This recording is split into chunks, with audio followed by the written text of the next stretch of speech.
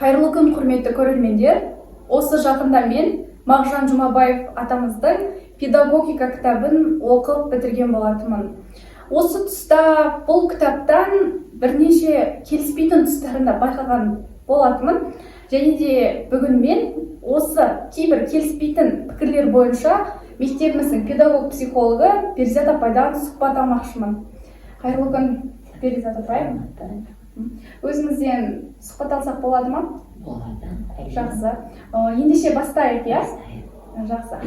Жалпы бізде осы Мағжан Жұмабаев атамыздың осы педагогика кітабын оқыған кезде бірнеше түсініктерін байқадым. Бірнеше тараптарға бөлінген. Негізінде бұл кітап бізде тәрбиеге байланысты екен. Баланы тәрбиелеу жолында қандай жұмыстар жүргізілу керек, барлығын ашып көрсеткен екен. Әрине, Мағжан атамыздың бұл кітабын барлығын теріс ұғым деп қарастыруға болмайды. Бірақ кішігірім өзімнің ойымда қалып кеткен сұрақтар бар. Сол бойынша сізге сұрақтар қойсам. Жалпы бізде Мағжан атамыз 4 түрлі тәрбиені айтады. Ең алғашқы тәрбие дене тәрбиесі, одан кейін ақыл тәрбиесі, сұлулық тәрбиесі, ең соңғысы құлық тәрбиесі. Және де Мағжан атамыз осы 4 тәрбиені түгелдей болуын шарт деп қарастырады. Және де Мағжан атамыздың осы 4 түрлі тәрбие кезінде жазған пікірі мені алаңдатты. Жалпы сіз осыны қалай түсінесіз? Осыны сізге оқып берсем. Алғашқы, бала аурулы және де зағып болса, баладан емес, тәрбиешіден. Бала тар ойлы, ақымақ болса, бала кінәлі емес, тәрбиеші кінәлі. Бала сұлулықтан ләззат алмайтын болса, мақау болса, бала емес, тәрбиеші жазалы дейді. Осы тұста айтылып отырған тәрбиеші дегеніміз кім? Бала дүниеге келе салысымен-ақ ең бастысы оның айналасындағы барлық жан бала үшін жауапты. Оны бір ғана тәрбиеші деп бір ғана адамды атай алмаймыз. Бала өмірге келе салысымен оның атасы болады, әжесі болады, ата-анасы болады, бауырлары болады көп жағдайда.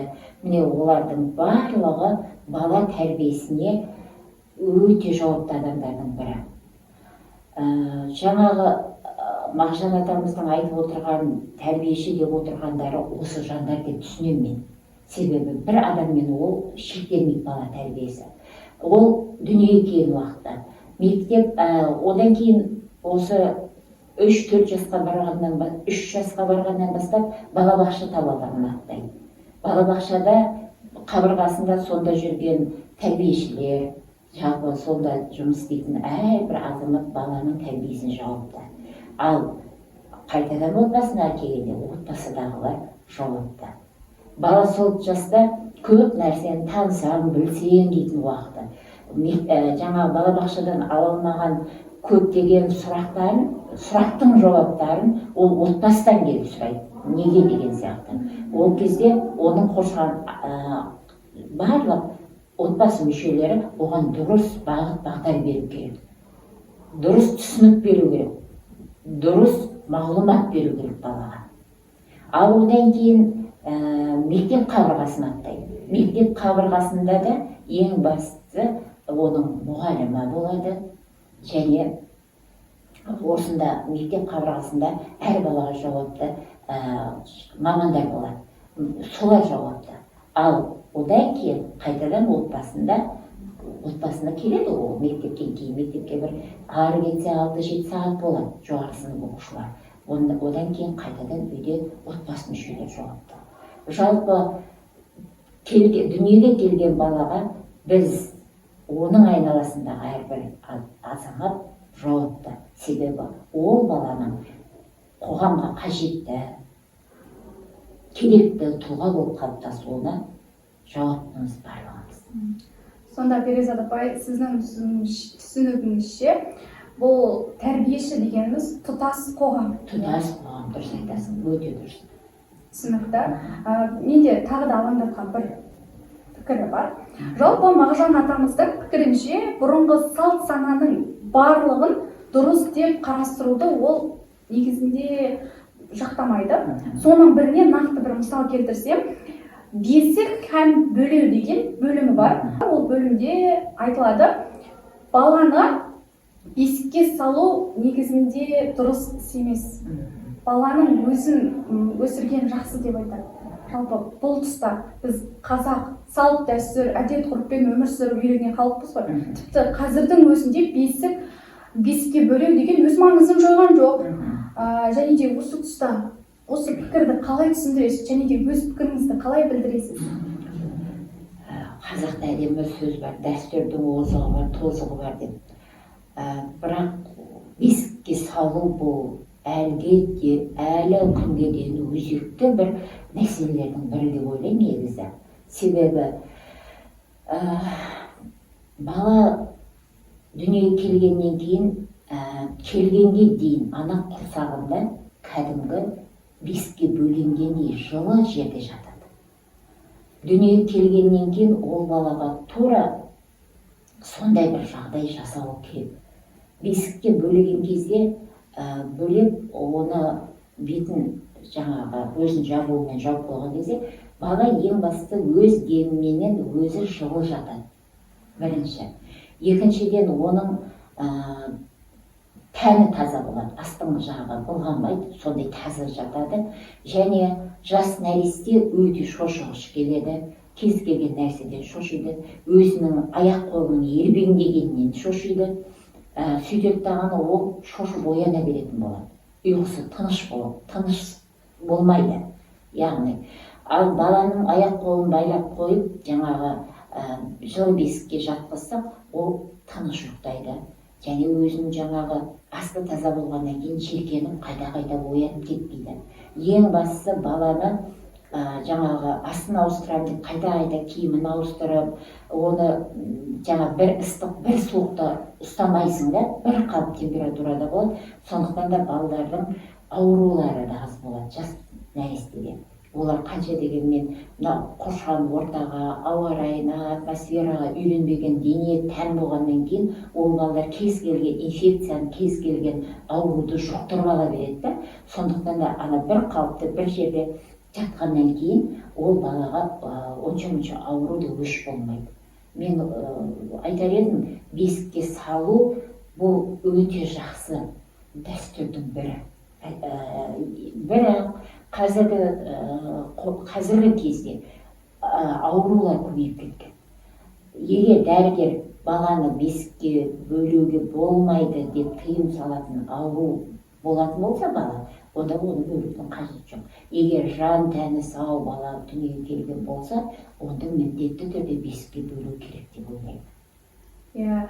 Сонда жаңадан туған әрбір бала үшін бұл бесік жайлы мекенханасына айналып отыр ғой. Өйткені барлығы сонда қауіпсіз сезінеді, таза деп айтып жатырсыз ғой, және жылы, денсаулығына да артық кінәрат жоқ деп. Керемет, жауабыңызға рахмет. Керемет түсінік қалыптасты менде. Және де бізде осы педагогика кітабында арнайы психология бойынша анықтама берген. Психологияны негізінде Мағжан атамыз ескі пән деп қарастырады, бірақ оны мәңгілік.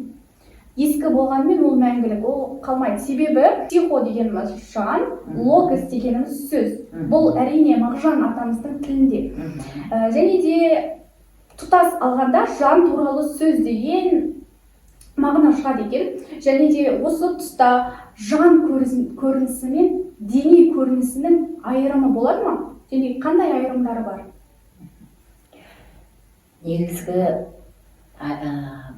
сырт кейпіне қарап адамның қандай екенін ажырату мүмкін емес деп жатады.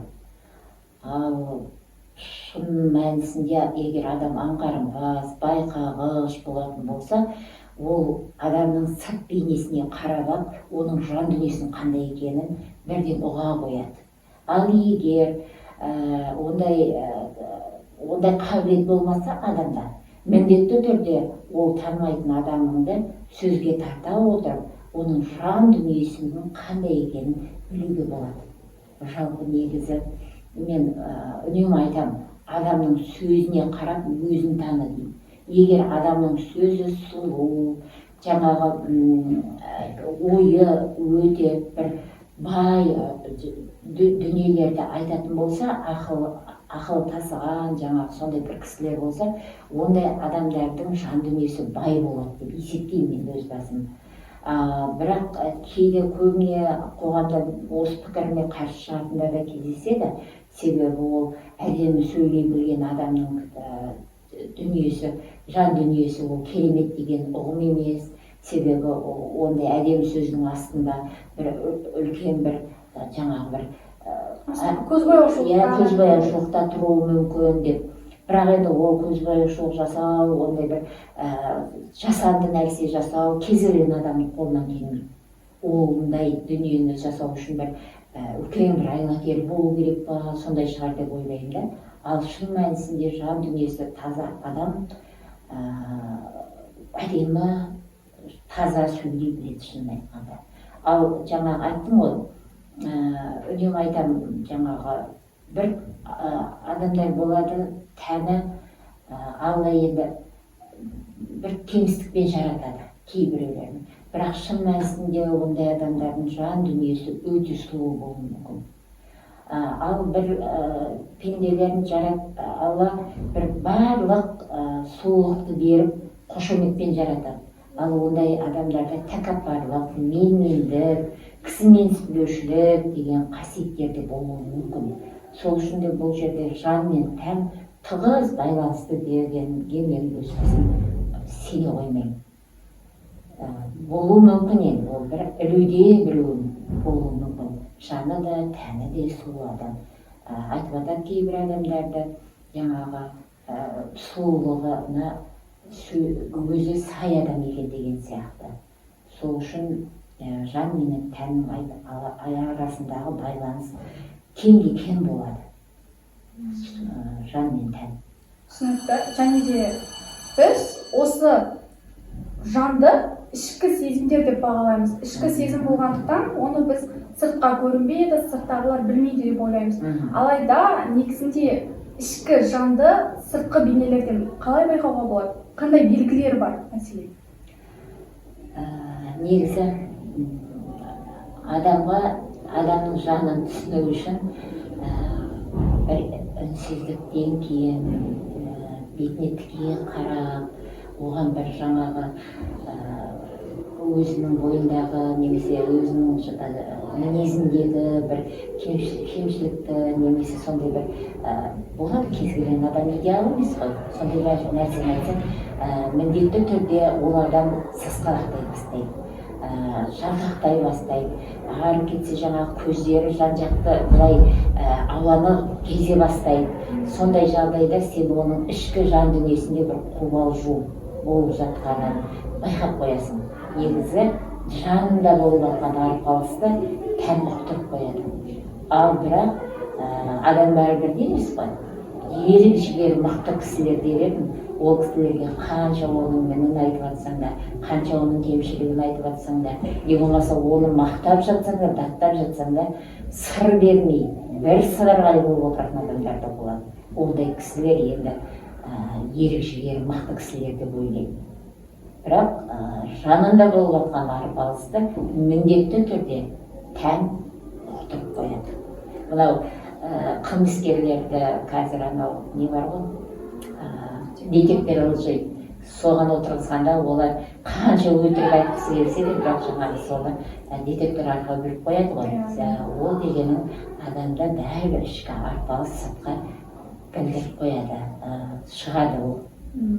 Жақсы, негізінде бүгінгі тақырыптарда керемет ой түйдім, және де өзіңіздің жеке пікіріңізді білдіргеніңізге де алғысым шексіз.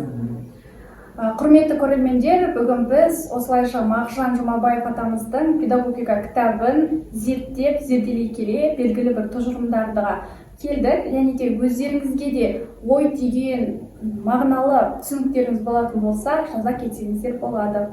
Келесі кездескенше.